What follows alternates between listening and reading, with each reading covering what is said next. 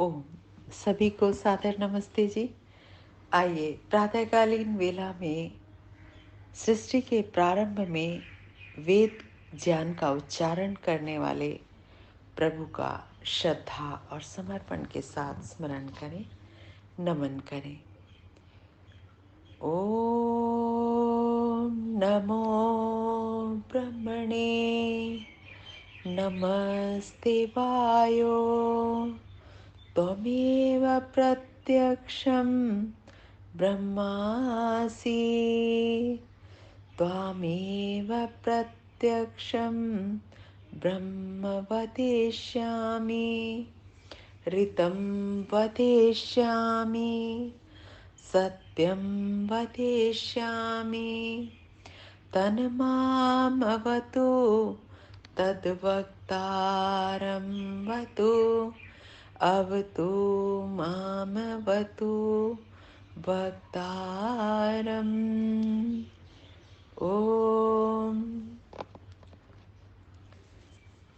वेद मंत्रों के माध्यम से अग्रणी प्रभु अपने संदेशों को हमें प्राप्त कराते हैं। इन संदेशों को प्राप्त करके हम अपने जीवन को अधिकाधिक उन्नत व सुखी कर सकते हैं। आइए ऐसी ही वेदवाणी का स्वाध्याय करते हैं। ऋग्वेद का स्वाध्याय प्रथम मंडल 39वां सूक्त और उसका 8वां मंत्र। मंत्र को में राजाओं की स्थिति चल रही है। राजाओं को किस प्रकार से विद्वानों का साथ पकड़ते हुए अपनी प्रजा को सुखी और निश्चिंत रखना चाहिए। इससे पूर्व मंत्र में कहा, रुद्र सैनिकों को रुद्र की संबोधन दिया कि रुद्र राष्ट्र की रक्षा करें और जिससे कि मेधावी पुरुष, उसकी जो जनता है राष्ट्र की, वो मेधावी पुरुष निर्भीक होकर उन्नति के पथ पर आगे बढ़ सकें।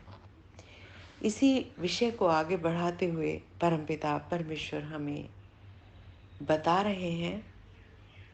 तो आज 39वें सूक्त का 8वां मंत्र। ऋषि कण्वो घो रहे हैं, देवता मरुत है, छंद विराट, सतह पंक्ति और स्वर पंचम।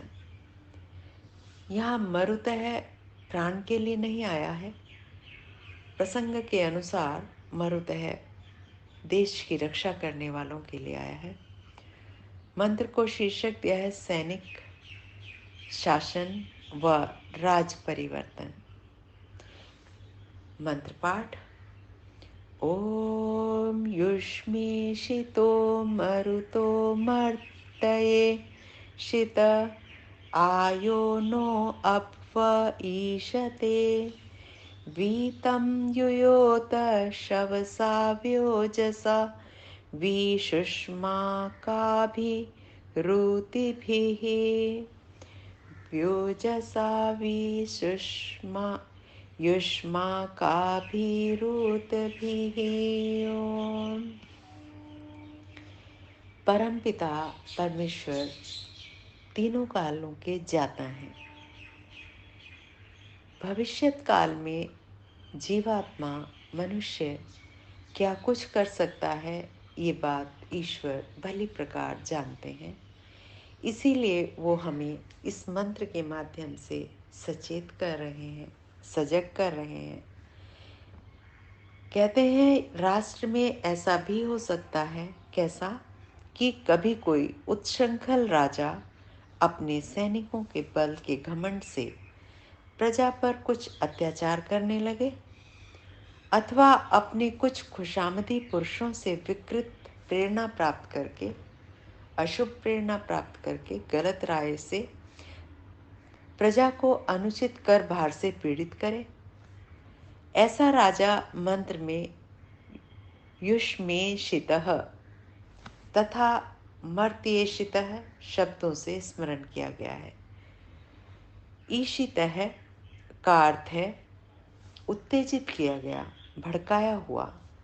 मंत्र में कहते हैं, परमपिता परमेश्वर मंत्र के माध्यम से कहते हैं कि हे मरुतः, प्रजा के रक्षण के लिए रणांगन में मृत्यु का आलिंगन करने वाले वीरों, जो सैनिक हैं, उनके लिए आई ये बात कि जो प्रजा की रक्षा के लिए युद्ध के मैदान में मृत्यु का आलिंगन करते हैं, युष्मेषितः, तुम्हारे द्वारा प्रेरित हुआ अर्थात तुम्हारे बल के कारण अत्याचार के लिए उत्तेजित हुआ अथवा मर्त्येषितः, खुशामदी पुरुषों से भड़काया हुआ, यह जो भी अभवः, शक्तिशाली प्रजा का शत्रुभूत राजा, ऐसा राजा प्रजा का शत्रु है, जो प्रजा का अहित चाहता है, प्रजा को लूटता है, का न है, हम प्रजाओं पर आईशिते, सब ओर से आक्रमण करता है, तम उसको क्या करो, शवसा, शवह उदकान, उदक नाम निरुक्त का वचन है, पानी से व्यूयोत, पृथक कर दीजिए, उसे पानी न मिल सके ऐसा उसका स्थिति कर दें। पानी की प्यास से व्याकुल होकर वह अपनी उदंडता को समाप्त करने के लिए बाधित होगा ही, फिर वो प्रजा के अहित की बात नहीं सोचेगा, वो प्रजा का कल्याण करने वाला होगा। का सायणाचार्य शवसा का अर्थ अन्नेन करते हैं, उसे अन्न ना पहुंचे, जल ना दो, अन्न मत दो। राजमहल को इस प्रकार घेर लिया जाए कि वहां अन्न आदि पहुंचना संभव ही ना रहे। इस राजा को जो उच्छृंखल हो गया है, जो प्रजा पर अत्याचार करता है और जो अनुचित कर वसूलता है प्रजा से, तो कहा ओजसा, ओज व बल से भी पृथक करो, उसकी प्रशंसा मत करो, ऐसा वेद भगवान हमें कह रहे हैं।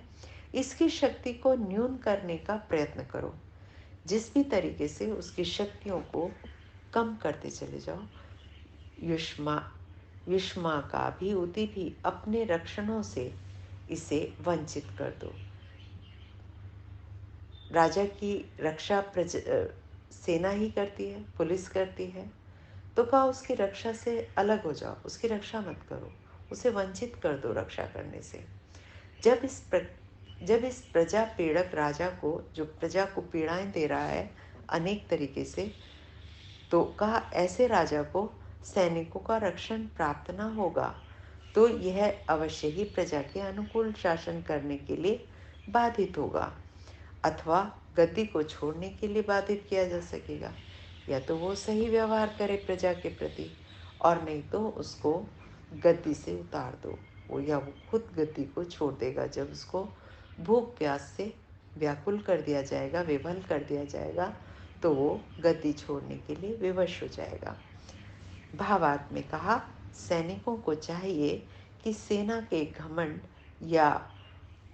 घमंड पर या खुशामदीदों जो उसकी चापलूसी करते हैं, उनके कुमंत्रण से, उसकी मंत्रणा गलत करने से, सलाह मशविरा गलत देने से के कारण यदि कोई राजा उत्शृंखल होकर प्रजा पीड़न में प्रवृत्त हो, प्रजा को पीड़ित करे, तो उसे अन्न व जल से वंचित करके, निर्बल करके, सैन्य रक्षणों से वंचित करके ठीक मार्ग पर लाने का प्रयत्न करें, ऐसा मंत्र हमें बता रहा है। मंत्र क्या है? परमपिता परमेश्वर की वाणी है। ईश्वर ये जानते हैं कि जो अहित करने वाला राजा है, वो किस हद तक प्रजा का अहित कर सकता है, तो दंड भी बता दिया। ऐसे राजा को किस प्रकार दंडित करें, किस प्रकार उसको शासन से अलग कर दें। आज के मंत्र का यही सुंदर संदेश, यही उपदेश, इसको जीवन में लाएं। इसके अनुसार प्रजा भी काम करे, राजा भी काम करे, और सैनिक जिन्हें मरुत के शब्द से संबोधित किया गया, वो भी इस प्रकार का व्यवहार करके शासन को सुशासन बनाएं, प्रजा को सदा सुखी करें। ओम इति शम। कल एक नए मंत्र के साथ पुनः मिलेंगे। नमस्ते जी, धन्यवाद।